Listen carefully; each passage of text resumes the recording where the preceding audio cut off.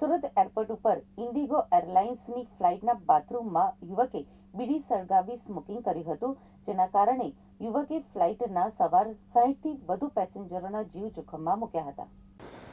આ સમગ્ર ઘટના બાદ સિક્યુરિટીને બાથરૂમમાંથી ધુમાડો નીકળવાની જાણ થતાં તેઓએ તાત્કાલિક યુવકને ઝડપી પાડ્યો હતો અને ડુમસ પોલીસે જાણ કરી યુવકને પોલીસના હવાલે કર્યો હતો.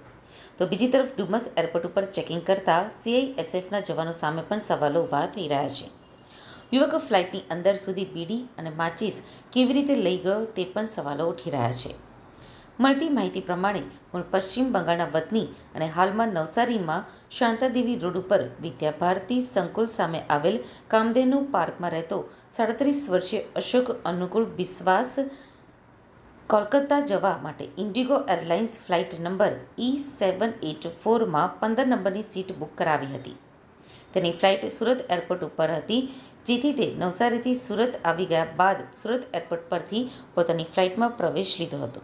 આ દરમિયાન સીઆઈએસએફના જવાનો દ્વારા તેનું સંપૂર્ણપણે ચેકિંગ પણ કરવામાં આવ્યું હતું. સુરત એરપોર્ટ ઉપરથી ઉડાન ભરનાર ઇન્ડિગો એરલાઇન્સની ફ્લાઇટ વાયા જયપુર થઈ કોલકાતા જવાની હતી. જોકે ફ્લાઇટમાં કોઈ ખામી સર્જાવાના કારણે ફ્લાઇટ એરપોર્ટ ઉપર એર સાઇડ એરિયા ખાતે સાઇડમાં જ ઊભી રાખવામાં આવી હતી. એ દરમિયાન અશોક બિસ્વાસે પોતાની પાસેની બીડી અને માચીસ કાઢી પ્લેનના બાથરૂમમાં ગયો હતો, જ્યાં અશોકે બીડી સળગાવી સ્મોકિંગ કરવાનું ચાલુ કર્યું હતું.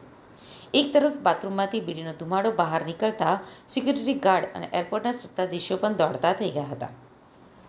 તો બીજી તરફ બીડીની સ્મેલ આવતા પેસેન્જરોમાં પણ ફફડાટ ફેલાયો હતો. તાત્કાલિક ધોરણે ફ્લાઇટમાં દોડી આવેલા સિક્યુરિટીએ અશોક બિસ્વાસાને બાથરૂમમાંથી બીડી પીતા ઝડપી પાડ્યો હતો અને તાત્કાલિક ડુમસ પોલીસને જાણ કરી હતી. ડુમસ પોલીસે ઘટના સ્થળે પહોંચી અશોક બિસ્વાની અટકાયત કરી હતી.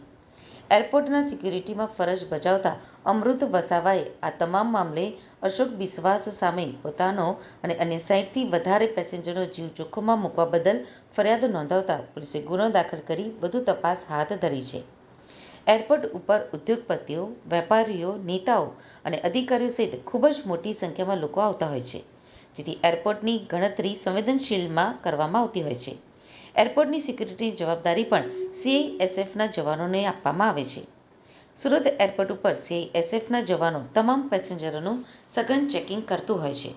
જોકે અશોક બિસ્વાસ નામનો આ પેસેન્જર પોતાની સાથે ફ્લાઇટમાં પ્રતિબંધિત વસ્તુઓ એવી બીડી સાથે માચીસને પણ લઈ ગયો હતો, જેના કારણે સીઆઈએસએફના જવાનો દ્વારા શું ચેકિંગ કરવામાં આવ્યું તેવા પણ સવાલો ઉઠી રહ્યા છે.